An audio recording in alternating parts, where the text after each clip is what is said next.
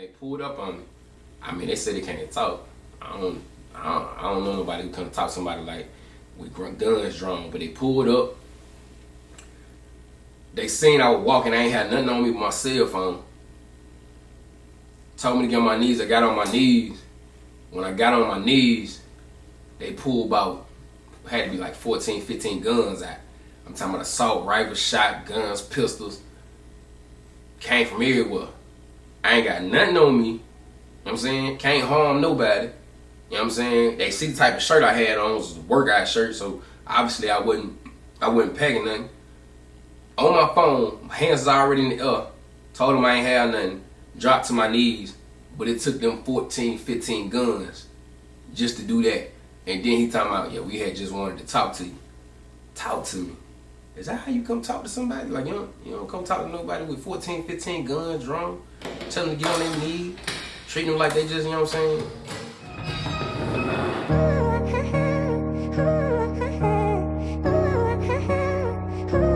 What you do when life happens? Can you walk in these shoes? D-Mark got that heel. Don't play with me, that house shit ain't okay with me. That dirty dick gon' stay with me. I'm bout that shit from A to Z. Riding through your city streets, probably in the AMG. Pull up where your mama eat. I'm vegan, dog, it ain't no beef. Yeah, your sister out of reach, but I'm bout to rock your bitch to sleep. All my fans calling this a trap, nigga, emergency.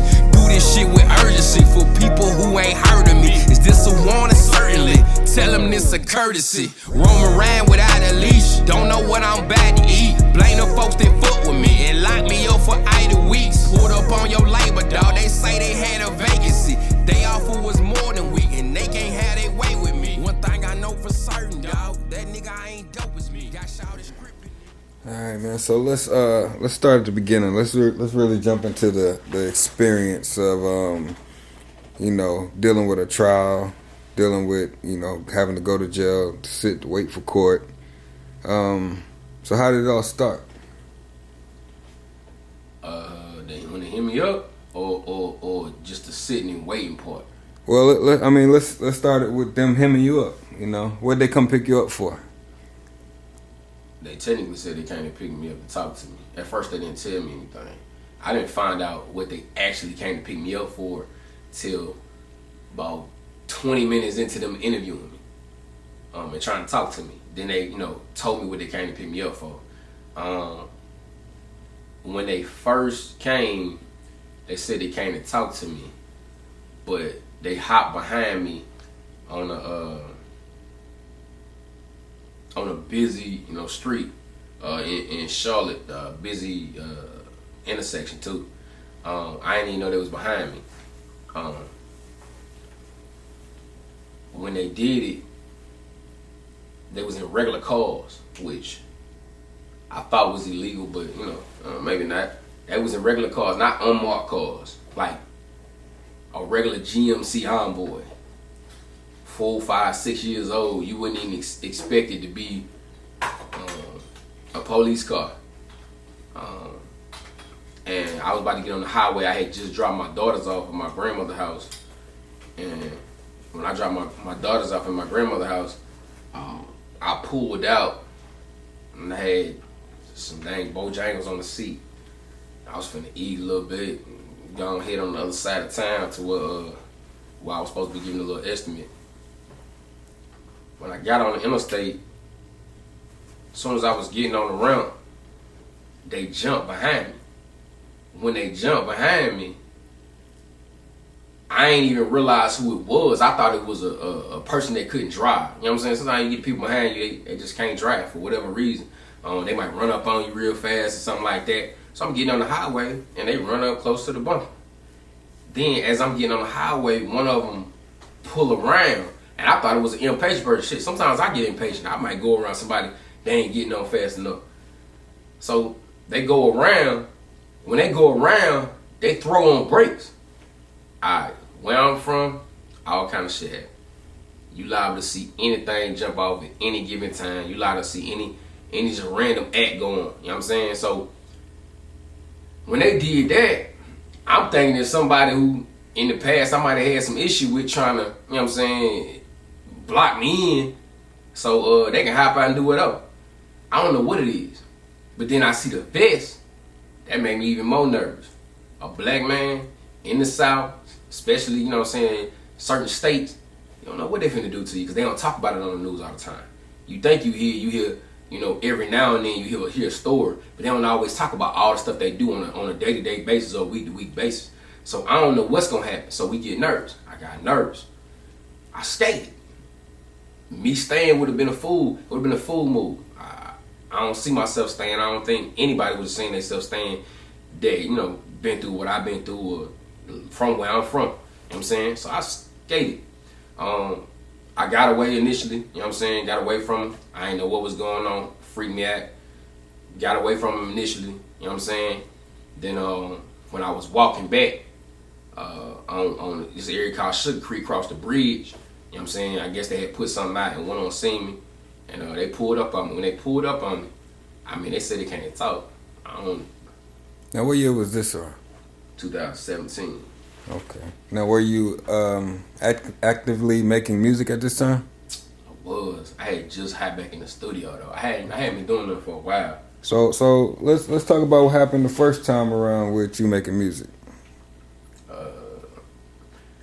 2000 I really started about 09, 10, but 2011, 12, you know, on in 13, I had caught some charges in different spots. I had caught some trafficking charges and just drug related stuff. And a couple of my partners that got hemmed up. Feds was heavy. I wanted to chill out for a second. I needed to chill out for a second. I had just had a little baby girl. You know what I'm saying? The person I was dealing with at the time was like, you know, just, can you cool out? I was living at night, studio and everything at night. I was running my studio. My business partner was in and out of town. Just a lot going on, you know what I'm saying? Especially with the charges, you know, with my homeboys are catching charges, me catching charges. Honestly, we don't know who snitched when, you know what I'm saying? So I ain't know who was gonna tell what, you know what I'm saying? So I had to watch my ass, I had to chill. My uncle told me, man, you gotta chill. I had to chill, you know what I'm saying? Like, when I chilled, you know, I chilled out with the studio. I took music down off the internet. I was fucking with Don, Boosie's cousin at the time, you know what I'm saying? He was putting out some music and whatnot, and I was, you know, doing little things for him here and there. And then Boosie had the whole, you know, Free Boosie campaign going on. And when that was going on, you know, they was trying to hit him with a murder because of music, you know what I'm saying? Like stuff he was recording. So I didn't want to jeopardize, you know, what I had going on because I had that pending trafficking case down there in South Carolina. And you pull up my music, you know what I'm saying? You gonna hear my life, like how I grew up, how I was raised, where I'm from. Like, you gonna hear everything I know, you know what I'm saying? Everything I done been through, like the type of life we come from, you know what I'm saying? And they would try to use that against me in court. And I didn't know if they would or they wouldn't. Like I said, I was watching what was going on with Boosie because, you know, I was fucking with, you know, people in his camp at that time, and I ain't want the same thing happening to me. So I say about 2013, the beginning of it, I just capped everything out for a second. I knew I was gonna get back to it, I just didn't know when. I didn't know it was gonna be this long. But, you know, about 4 years later, 2017, got back to it. I was in the studio with my dean engineer. Recorded something, and the next week, they came to get me. Now, can you tell us a little about Exit 4 and what that means to you? Exit 4, you know, is Nations Ford Road. It's where I'm from. It's home to me. When I say home, I don't mean that my actual home can't be home. I mean, when I get there, you know what I'm saying, is what I know, is where I grew up at, you know what I'm saying, is my people, my family, in regards to my homeboys, you know what I'm saying, the older people, next door neighbors, so on and so forth. It's a whole strip. In Charlotte, a whole strip is a hood, you know what I'm saying. You got Beatty Ford, you know what I'm saying. You got, you know, an area on Beatty Ford called Trade, but the whole thing is Beatty Ford. You know what I'm saying? You got the plaza. You know what I'm saying? You got like I said, Nation Full, where I'm from. The whole script is a hood. So it's that whole script, everything connected, everything off of it. It's a lifestyle. It's a large amount of people that, you know what I'm saying, understand similar circumstances. You know what I'm saying? It ain't the richest side of town. It's one of the poorest side of town. You know, the poorest scripts, like I said, is the hood. You know, we on the south. The south side got some nice areas, but you know, this the area that people ain't so fond of. All right, yeah. So, what's the deal with the monitor on your leg? The monitor. That's from the murder charge. They charged me with murder, and no, I ain't had nothing to do with the murder. Didn't even know who was murdered. No, I didn't know. They know I didn't know nothing about the murder, but they charged me with it. The judge ended up saying that the DA was flawed. The judge ended up releasing me, but she released me with conditions. I was hoping she'd just throw the whole thing out right then. And how did you feel being charged with a murder that you knew that you were innocent of? Did you think it was over for you? Yeah, I thought that, you know, it made me realize that I live in the South. It made me realize that I live in an area that's ran by powerful white politicians and people in authority that they push buttons that they allowed to push, and they do things that they're allowed to do because of the area that I live in. It really woke me up and had me become more of a woke person, seeing as though when I was in my teenage years and I was running around the streets heavy, untamed with no really. They started running, walking back across the street. Who the fuck was it? Give myself no rules. I was ruthless, you know what I'm saying? But then I became more of a mature man, and I grew from that. And even though I grew, like Jay-Z mentioned it, he was like, "You're still a nigga. Like, I don't care how much money you got, I don't care what you're doing." Like, even though I grew from who I used to be, you know what I'm saying, it didn't matter. And I started some businesses and so on and so forth, but they didn't care. You know what I'm saying? So when they hit me with a murder, knowing that I ain't had nothing to do with it, and the DA knowing that she shouldn't have did that, but she still went along with the process just because I was a nigga and because I went from where I'm from, and all they ever talked about was my past.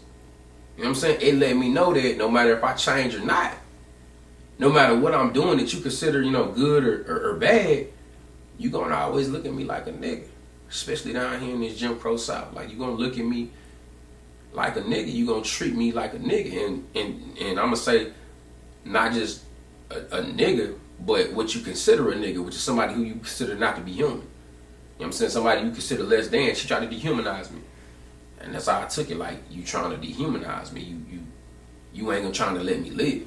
You know, it was a fucked up feeling. It took me away from my kids and all my loved ones, and you know what I'm saying. It took a big chunk out of me. You know what I'm saying? Being hemmed up behind the wall, knowing you can't free yourself, them not giving you no bond, and you gotta sit there. You know what I'm saying? And you don't know how long. You know what I'm saying?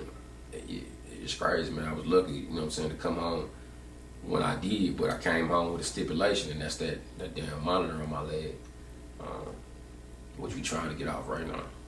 Well, shit, at least you back home, man. That's one of the major things, man. So, in all actuality, how long were you actually away? Shit, like 20 months, a little more than 20 months.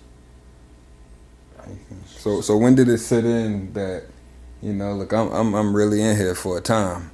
Like, you know, a lot of us have done the normal 15-day, you know, sometimes we get the, what do they call it in North Carolina, the ranch, you know, but, how, you know, doing 20 months that's a year and some change. So let's talk about how it was actually, you know, knocking down a year. And were you in County, or were you in the feds? I was in county. Okay. With niggas from the feds. Like, yeah, they locked me up. I was in there with niggas, other people facing murder charges, and a bunch of niggas in the feds. Like, some of my homeboys that I ain't know, you know what I'm saying, was hemmed up, you know what I'm saying? But when they hit me with that, the second day, I think the very next day, you know what I'm saying, I called my mama, and I told them, I say, listen, go get a lawyer this, you know what I'm saying? I tried to deposit on my lawyer, or the retainer, and I was like, listen, we gotta do something, you know what I'm saying? Like, my lawyer came down there, I thought I was gonna leave that same week, you know what I'm saying? I was like, oh, nah, they know they got the wrong, you know what I'm saying? This ain't even right, I don't know what's going on, I don't know who, where, when, why, you know what I'm saying? My lawyer looked at me and he was like, we got you, but you might have to wait, you know what I'm saying? Boy, that right there, to hear him saying that, you know what I'm saying? Like, we paying for this, you know what I'm saying? To hear him saying that, you know, that was a big blow. At that point, I ain't know, I was looking forward to the court date, but the DA kept pushing the court date back and pushing the court date back and pushing the court date back. She didn't want me to get in court so the judge could hear that I was innocent. So the judge could hear that she didn't even have a reason to name it. Whatever person gave them the warrant to arrest me should have never gave that warrant. They didn't even have enough to arrest me. You know what I'm saying? So at the end of the day, the judge would have heard all that and would say, y'all don't got no probable cause to keep this man in here. You know what I'm saying? So I was looking forward to every court date. Every 3 months, it was supposed to be a court date. I was looking forward to every one. She kept pushing it back. Eventually, you know what I'm saying? I ain't saying you lose faith, you lose hope, but eventually you in there and you like, I just gotta adapt to my surroundings. You know what I'm saying? Like, I already know most of these dudes, or a lot of these dudes. You know what I'm saying? And I can already feel where they coming from, because they come from a lot of, you know, impoverished areas like I do. But I'm gonna have to forget about the outside world. Like, I'm gonna have to forget about, you know what I'm saying, what my mama doing, you know, what such and such doing, what a female doing. You know what I'm saying?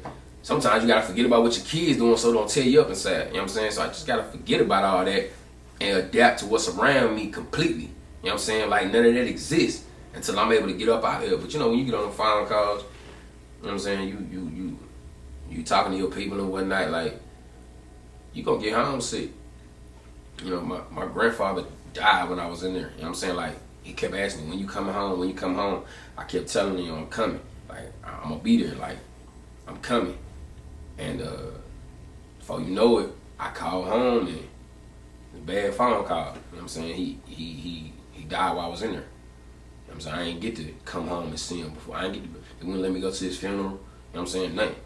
I ain't get to bury him or say bye, none of that. You know what I'm saying? I still ain't been to the grave, because I don't even know how I feel if I go there. You know what I'm saying? But I did most of the time in there working at, you know what I'm saying? I receive bad news a lot, you know what I'm saying, from the outside, because I ain't nothing I can really control while I'm in there, you know what I'm saying? But when I receive that bad news, I just start working out. I go work out, you know what I'm saying, shoot some ball, see some homeboys in there, you got names politic and go over, you know what I'm saying, old stuff that y'all went through, and, you know, laugh and try to have some laughs and some jokes, you know what I'm saying? Somebody send you some mail, read the mail, you get a few pictures of your kids, you know what I'm saying, you look at them. Sometimes you can spend hours just looking at the pictures of your kids, because you can't touch them, you can't hold them, you can't hug them, none of that, you know what I'm saying? And did you spend any time fighting while you were in jail? Nah, see, that's the thing. When they lock you up on a violent charge, they want you to fight. They want you to be, they want your temper to be that short. So when it's your day in court, especially if you like me, you ain't got no bond. When it's your day in court, they gonna be like, well, Your Honor, he got into this dispute and that dispute, and they want the judge to be like, nah, you ain't getting no bond. You in there fighting. You know what I'm saying? You violent. You a danger to the public. They love to call black men, young or old, a danger or a nuisance or a menace to society. You know what I'm saying? They love to call you that. So any kind of violence at all coming out of you, a threat, anything, they be waiting and they be wanting to say, oh, he'll miss society, or he'll a threat to the public. We can't let him out. We can't give him a bond, or give him a high bond. Hopefully he can't make it. You know what I'm saying? When I made the $250,000 bond, they were like wondering what was going on. You know what I'm saying? And the DA hot.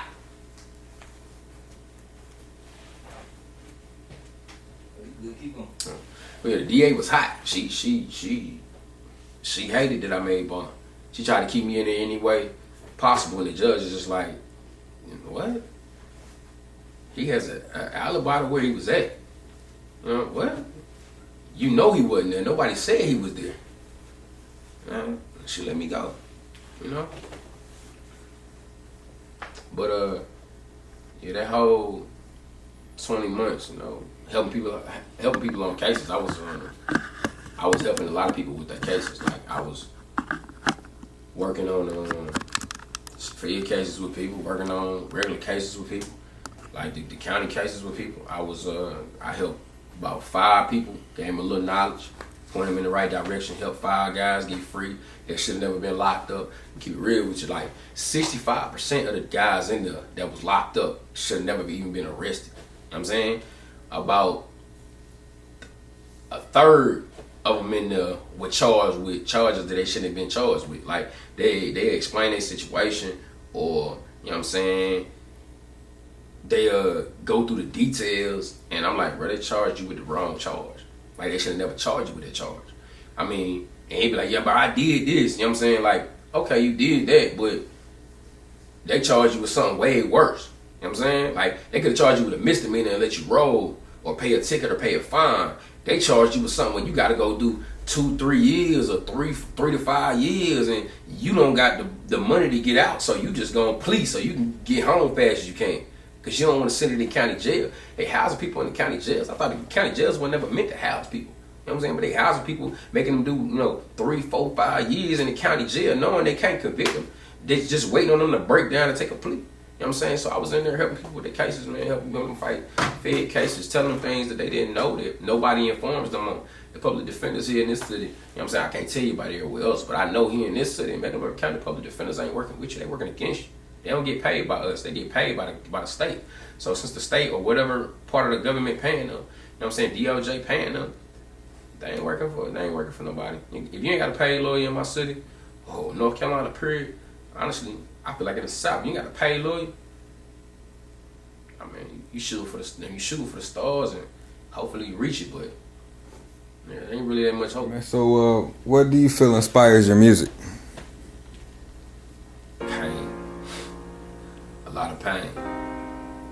Most of my music is pain, struggle, hustle, grind. A lot of it is full of ambition. You know what I'm saying? You can be ambitious and my homie been talking about me, my girl been using me.